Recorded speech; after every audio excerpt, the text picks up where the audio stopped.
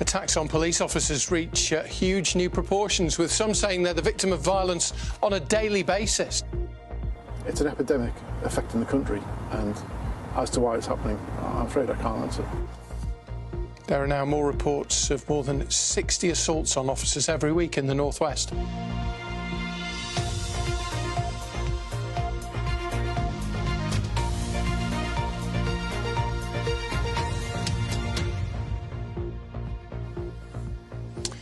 Figures obtained by the BBC show that attacks on police officers across the North West are rising, with an average of 64 officers being assaulted every week.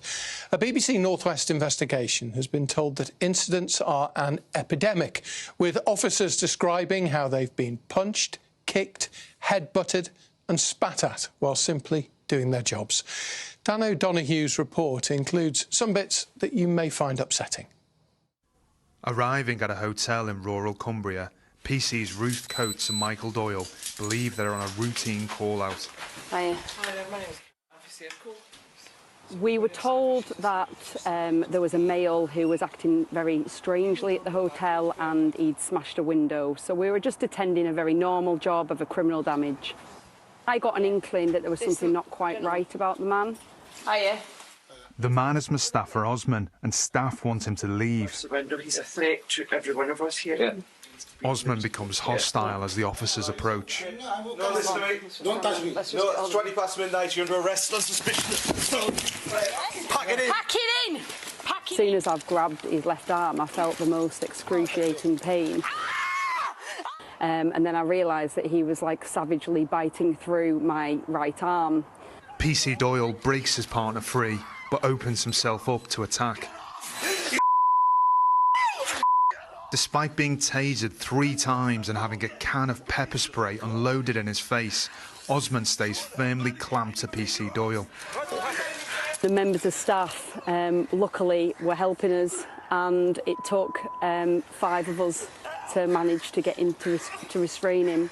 A member of staff phoned the police and he relayed what had happened, and I remember the call handler saying, just tell them to hold on, it'll be 22 minutes, backup's 22 minutes.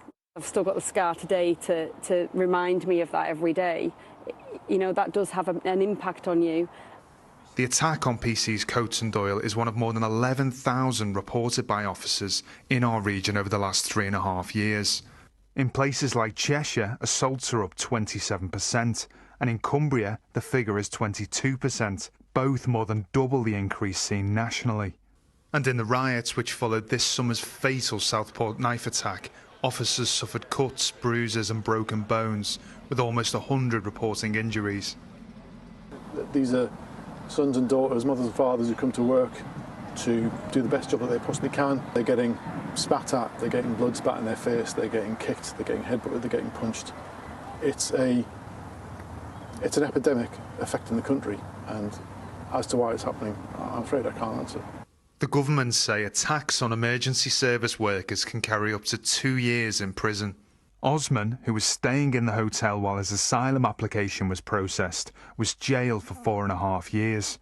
But PC Coates says the issue runs deeper than any one attack. I think that people don't have a respect that they did for the police. And sadly, I think people, you know, are more violent for whatever reason. People seem to be more aggressive or take to an aggressive stance. And I would like to say that, you know, I don't think members of the public help. I think there's a lot of people there that film what happens, but they don't step in to help you. The attack might be over, but it's never forgotten. Dan O'Donoghue, BBC North West Tonight.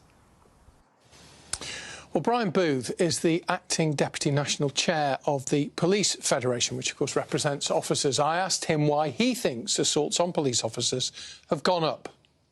I think there's an element of they're not being dealt with properly at court, so the deterrent isn't there. The consequence of attacking constables isn't there.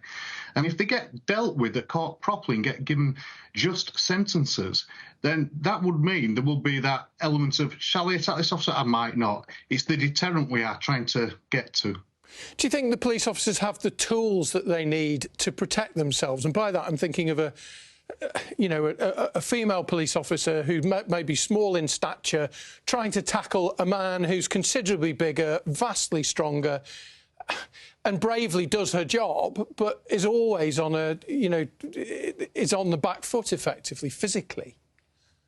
Physically they are, but mentally they're probably well ahead of the individual, and they are chosen for their particular skills in fighting individuals or dealing with harmful situations.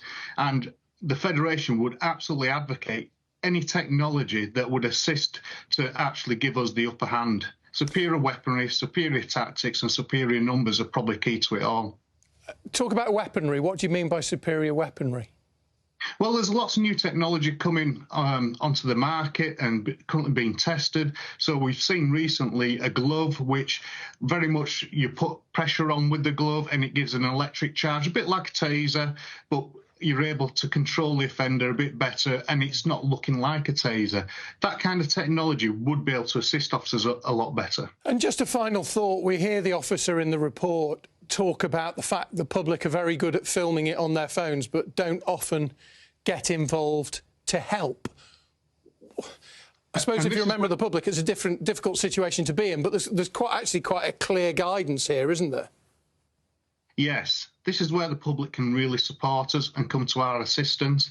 It is actually an offence that's often forgotten about failing to come to the assistance of a constable. Now, opening your phone up and filming is not assisting a constable.